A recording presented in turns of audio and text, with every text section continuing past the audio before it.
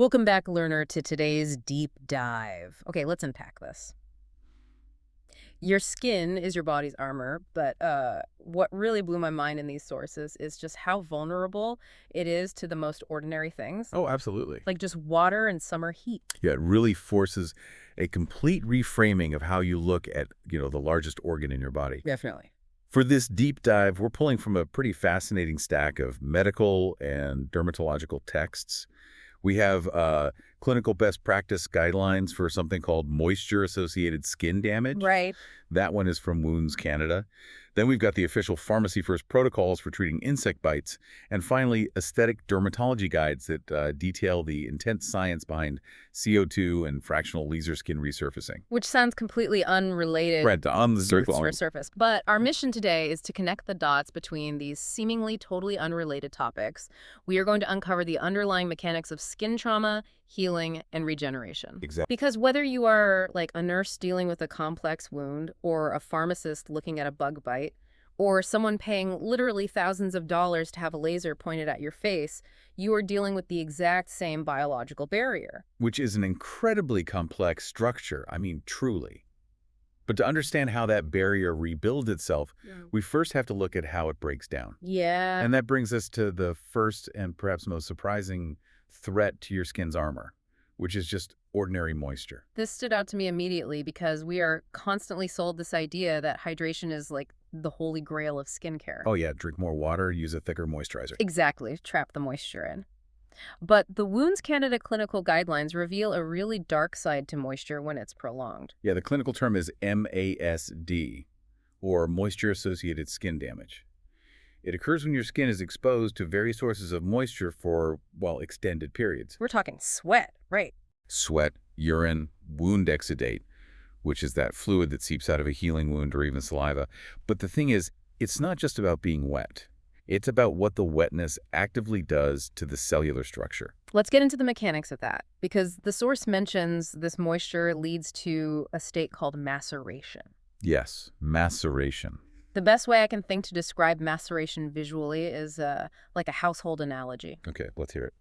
Imagine leaving a common dish sponge sitting in a puddle of water in your sink for like 3 days. Oh, yeah. It gets all bloated, the structure gets incredibly weak, and if you just rub it slightly with your thumb, the material just tears apart. That is a brilliant visualization, and it maps perfectly to the biology. Really? Yeah. The outermost layer of your skin, the stratum corneum, is basically made of tightly packed, dead skin cells surrounded by lipids. When it gets overhydrated, it literally swells up. Just like the smudge. Exactly like the sponge. Yeah. This swelling disrupts the lipid matrix, causing those tightly packed cells to separate. But the water is only the first half of the attack. Right, the pH changes. Right. The moisture also alters the skin's pH. And we normally want our skin to be slightly acidic, right, to fight off bacteria. We do. Healthy skin has an acid mantle with a pH around 4.5 to 5.5, but fluids like wound exudate or urine significantly elevate that pH. They make it more alkaline. Yes, and when the pH goes up, it actively dissolves the biological glue that's holding those skin cells together. Wow. So it's a double whammy. You're physically bloating and weakening the structure, like the sponge, and you're chemically stripping away its structural glue. To take your analogy a step further, it's like taking that bloated dish sponge and soaking it in a mild bleach. Oh, that's awful. The structural integrity is completely compromised. For instance, in incontinence-associated dermatitis, natural enzymes on the skin convert the urea found in urine into ammonia. And ammonia is highly alkaline. Very. Add in the digestive enzymes found in feces, which are literally designed to break down proteins, and the skin barrier isn't just weakening, it is actively being digested. That sounds agonizing for the patient. And the sources actually outline 5 specific categories of this MASD, correct? They do. You just mentioned incontinence-associated dermatitis, or IAD. Yes. The second is intertriginous dermatitis, or ITD. That's the skin folds one, right? Exactly. It's when moisture, primarily sweat, gets trapped in skin folds. You see this often under the arms, beneath the breasts, or in the groin. The moisture softens the tissue, and then the mechanical friction of the skin rubbing together just shears the layers apart. Which I imagine invites infections. Oh, constantly. Usually secondary fungal infections. Right. Then there's periwound MASD, which is damage around a healing wound from the wound's own drainage. Yeah, that wound exudate isn't just water. It's full of dead white blood cells and protein-melting enzymes that damage the healthy skin around the cut. Yeah, and the body really works against itself sometimes. Fourth is peristomal MASD, affecting the skin around stomas or ostomy bags. And finally, immersion foot. Which most people probably know by its historical name, trench foot, Trench foot, right. which sadly is still a really significant public health issue today. We see it frequently among populations experiencing homelessness or severe mental health challenges, where individuals are stuck in wet socks and shoes for days or weeks at a time. The barrier simply melts away. Now, here is where I want to push back a bit on the clinical side of things, because the Wounds Canada text points out a massive ongoing challenge. The misdiagnosis issue. Yes. MASD is constantly misdiagnosed by healthcare workers as pressure injuries, which we commonly call bed sores. Right. How does a trained clinician confuse a chemical melting of the skin with a physical bed sore? They seem like totally different mechanisms. Well, visually they can look remarkably similar, both present as red, inflamed, broken down tissue, often in the exact same anatomical locations, like the sacrum or heels. But the underlying cause is different. Entirely opposite. Yeah. A pressure injury is caused by physical force, the weight of the body pressing against a bed, which cuts off the blood supply to the tissue from the inside out. The tissue dies because of ischemia, a lack of oxygen. MASD, as we've discussed, is a top-down chemical and structural dismantling of the barrier. Which means if you misdiagnose the root cause, your treatment plan is going to completely fail. You've hit the nail on the head. You treat a pressure injury by turning the patient and relieving the physical weight. But if you do that for a patient who actually has MASD, you haven't solved the problem at all. Because the sponge is still sitting in the puddle. You're tracking the logic perfectly. To treat MASD, you have to manage the microclimate. You must remove the moisture source. So like wicking fabric. Yes, advanced moisture wicking fabrics, specialized barrier creams that repel water, or proper containment devices. If you just roll the patient over, the chemical and moisture damage continues unabated. Wow. So we've just seen how desperate the body is to maintain its barrier against broad chemical moisture. But the barrier's response to a highly localized physical breach is entirely different. Very different. Which brings us to our second source, the Pharmacy First guidelines on insect bites. This is a scenario almost everyone is familiar with, but looking at it through the lens of a pharmacist's clinical decision-making process reveals so much about how our skin's localized immune response works. So the Pharmacy First service in the UK empowers community pharmacists to diagnose and prescribe treatments for specific conditions, including infected insect bites. Right. And obviously, the first thing they have to do is triage for emergencies. The clinician is immediately scanning for red flags like anaphylaxis. Which is a life-threatening systemic allergy. Right, or periorbital cellulitis, a dangerous bacterial infection spreading around the eye. Because those conditions require an emergency room, not a pharmacy counter. Obviously. But assuming the patient is stable, the guidelines introduce a really fascinating diagnostic threshold, the 48-hour rule. I found this part so interesting. Yeah, the guidance explicitly states that bites presenting within the first 48 hours almost never require antibiotics. If we think about the microbiology of an infection, that rule makes total sense. An infection is caused by bacteria establishing a foothold and multiplying, and that takes an incubation period. Exactly. So if a patient walks in 12 hours after a mosquito bite and they have a massive hot swollen lump, if it's not a bacterial infection multiplying yet, then that massive red swelling has to be an inside job, right? Is that just our own immune system overreacting to venom? That is the exact biological mechanism. It's a localized allergic response. Okay. The insect introduces foreign proteins, saliva, or venom into the tissue. Your body's mast cells detect the invader and dump massive amounts of histamine into the area. Ah, histamine. Right. Histamine causes your blood vessels to dilate and become leaky, rushing white blood cells to the area. Yeah. That fluid buildup is the giant red welt you see. Which brings us to the crucial diagnostic pivot the pharmacist makes. They have to determine if the predominant symptom the patient is feeling is itch or pain. Because those two sensations tell very different biological stories. Intense itching is the hallmark of histamine and that allergic inflammation phase. And pain. Pain, deep tenderness to the touch, or radiating heat developing days later points toward a secondary bacterial infection that is actually causing deeper tissue damage. So for that early itchy stage, the prescribed treatment isn't antibiotics, it's self-care. Over-the-counter antihistamines or a mild topical steroid. Yes. And the self-care advice in the text is brilliantly pragmatic. They tell the patient to literally take a ballpoint pen and draw a line around the outer edge of the redness. I love that tip. Me too. Then you take a photo on your phone every day.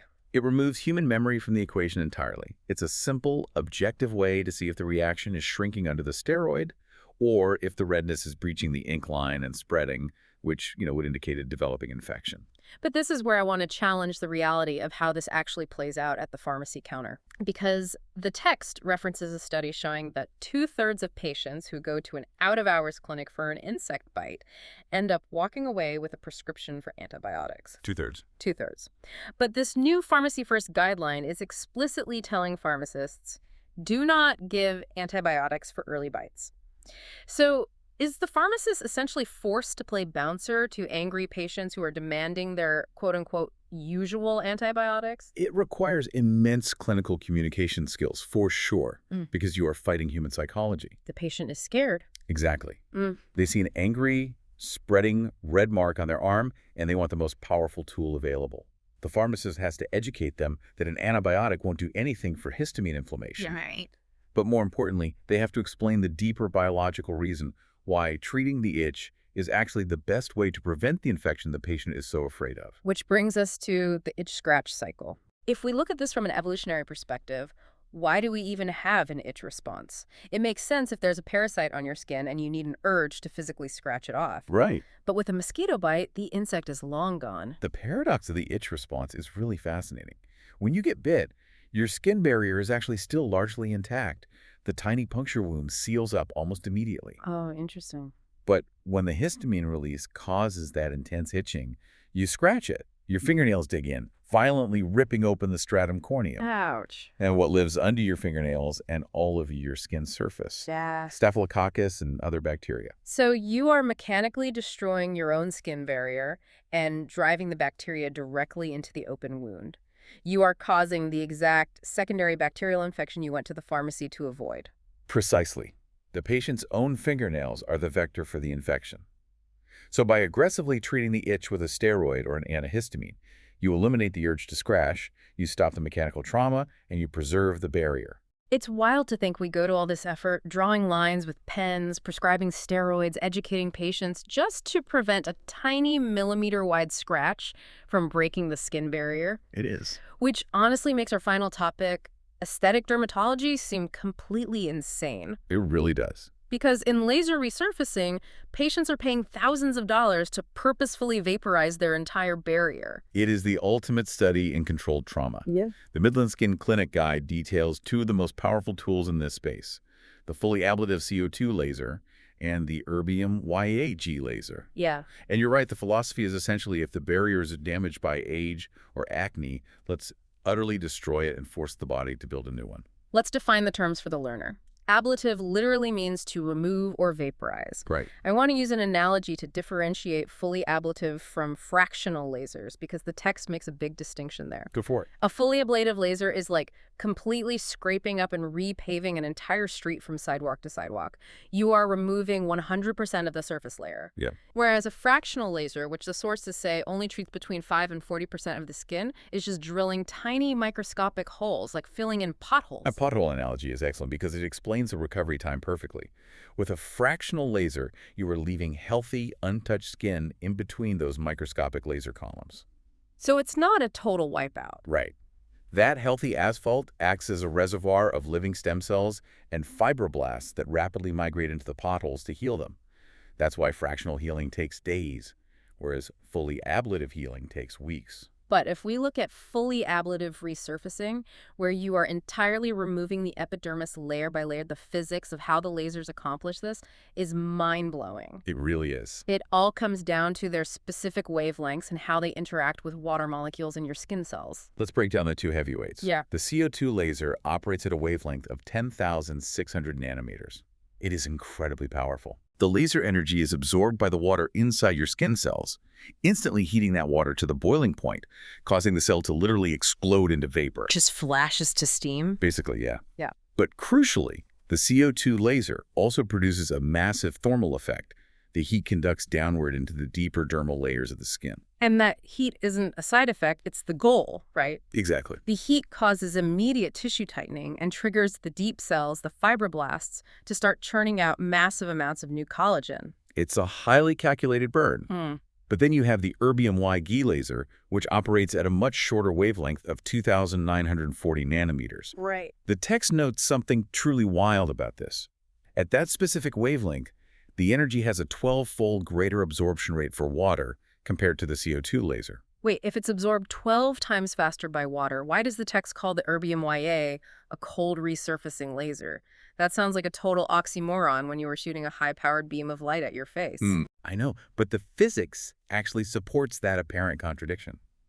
Because the erbium-YA's energy is so greedily and rapidly absorbed by the water in the tissue, the micro-explosion, the ablation, happens almost instantaneously. Oh, I see. The tissue turns to vapor so fast that the thermal energy literally doesn't have time to conduct outward and spread as heat to the surrounding skin. Oh, wow. So the cell is gone before the heat can even register in the neighboring tissue. Exactly. Because it causes significantly less thermal damage, it allows dermatologists to precisely sculpt and ablate very specific, deep textural issues layer by microscopic layer. That's incredible. The source specifically notes it is considered the gold standard for treating deep barcode or smoker's lines around the mouth. But the preparation for this intentional destruction is intense. You don't just, walk in on your lunch break. Oh, definitely not. You are looking at 3 weeks of serious hide-in-your-house recovery time. You have to stop using any retinoids or exfoliating acids weeks in advance. And surprisingly, you actually have to preload on antiviral and antibiotic medications before you even sit in the chair. Which loops right back to our discussion on the extreme vulnerability of the skin barrier. Right. When the dermatologist vaporizes your epidermis, you have zero armor left. Normal staph bacteria that live harmlessly on your face, or a dormant herpes simplex virus, which causes cold sores that your intact skin suppresses every single day, can suddenly cause a rampant, disfiguring infection on that raw, exposed tissue. You have to be medicated. Yeah, the prophylactic medication isn't just a precaution.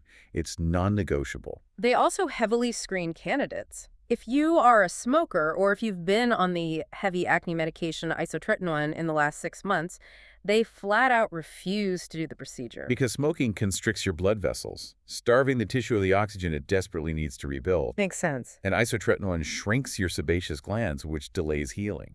Your body's regenerative mechanisms have to be firing on absolutely all cylinders to survive this. It highlights the absolute paradox of laser resurfacing.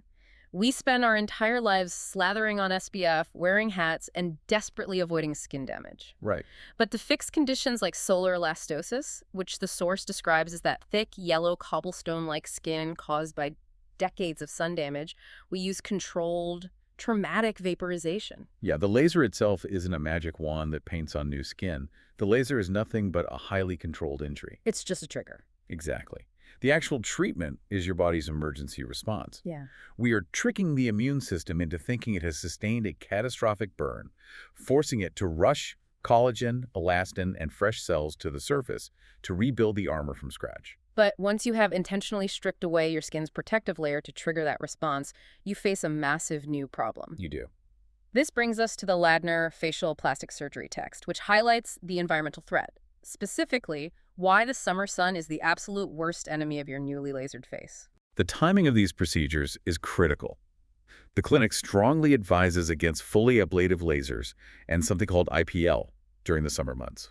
I want to ask about the IPL specifically, which stands for intense pulsed light. Right. The source says IPL is used for sunspots, brown spots, and rosacea, but instead of vaporizing water like the CO2 laser, IPL targets melanin, the pigment in your skin. Correct. Now, if IPL specifically hunts for melanin, doing that on tan summer skin seems like a recipe for a total disaster. The light wouldn't know the difference between a specific brown sunspot and your overall summer tan. You've identified the exact danger. The technology relies entirely on contrast. Okay. The light energy passes through clear skin and is absorbed by the dark pigment, converting it to heat to destroy the spot. If your entire face has elevated melanin from a summer tan, the IPL device will indiscriminately heat all of that pigment across your entire face. Oh, man. Yeah, potentially causing severe burns, blistering, and permanent discoloration. That is terrifying. So no IPL and no fully ablative lasers when you're hitting the beach. But the source did mention an exception. They say you can do fractional laser resurfacing in the summer, but with massive caveats. Yes, because fractional lasers leave those bridges of healthy asphalt intact, the recovery is faster and the barrier isn't totally wiped out. Right. However, the patient has to be absolutely meticulous. We are talking religious reapplication of high SPF sunscreen, wearing broad-brimmed hats, and severely limiting direct UV exposure. Because if you don't, you are actively sabotaging the very thing you just paid thousands of dollars to achieve. Not just that, but you are putting the skin in incredible danger. Melanin is your skin's built-in defense mechanism to absorb and scatter UV radiation. Yeah. When you resurface the skin, you are erasing that defense. Exposing raw, heavily inflamed, regenerating skin to UV rays won't just result in a nasty sunburn. What happens at a cellular level when UV hits that raw tissue? The UV radiation strips electrons from molecules, creating highly unstable free radicals. Right, free radicals. These free radicals go on an absolute rampage, directly attacking and dismantling the delicate, fresh, new collagen matrix your body is desperately trying to build. Yeah. You are literally unwinding the healing process in real time. So what does this all mean for you, the listener? Whether you are a nurse working to keep a patient's skin dry to prevent the chemical maceration of moisture-associated skin damage, Right. or you're tracking the redness of a mosquito bite with a ballpoint pen to stop yourself from introducing bacteria, Right. or you are hiding under a giant hat after a CO2 laser treatment, the fundamental rule is exactly the same. It all connects. Skin health is entirely about protecting the barrier, understanding its limits, and knowing the underlying biology of when it needs help. It really is an incredible dynamic organ. If you are listening to this and you've ever had a sunburn peel, you know how incredibly sensitive the raw skin underneath is. Well, for sure. The next time you get a bug bite and feel that histamine itch or even just sweat through a hot summer afternoon, take a moment to picture the complex, microscopic battles happening right on the surface of your skin to maintain that critical armor against the environment. It makes you appreciate it so much more. And I'll leave you with this final provocative thought to mull over. Let's hear it. We spent a lot of time talking about how our skin has this incredibly aggressive, effective capacity to regenerate perfect new collagen when we traumatize it, when we literally vaporize the surface with a laser. Right. If that's the body's natural regenerative potential, will future medicine figure out how to chemically or biologically trigger that exact same emergency rebuilding response without having to burn off our armor first? That's the dream. If the underlying machinery is that good at rebuilding itself, maybe one day we won't have to destroy it to make it stronger.